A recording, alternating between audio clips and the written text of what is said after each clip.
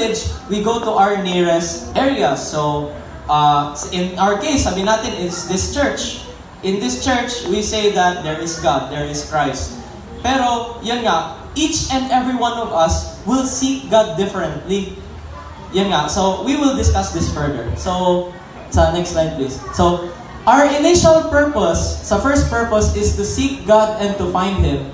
To find God is to become a child of God, a member of His family. Finding God in your life does not happen for everyone automatically.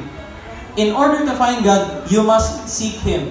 So, di ba, unlike sa the things that we see, the things that we see na meron ngayon, kahit hindi mo hahanapin andyan, sabihin natin yung upuan, di naman sabihin natin at this time, like there's a time na hindi naman natin kailangan, pero andyan, kasi nakita naman natin. It just exists.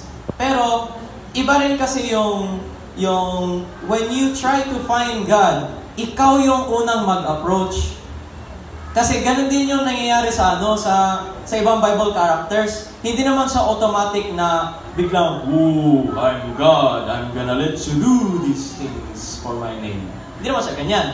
The first thing that these prophets, the man and woman of God, ano yung first na ginawa nila? They seek God first.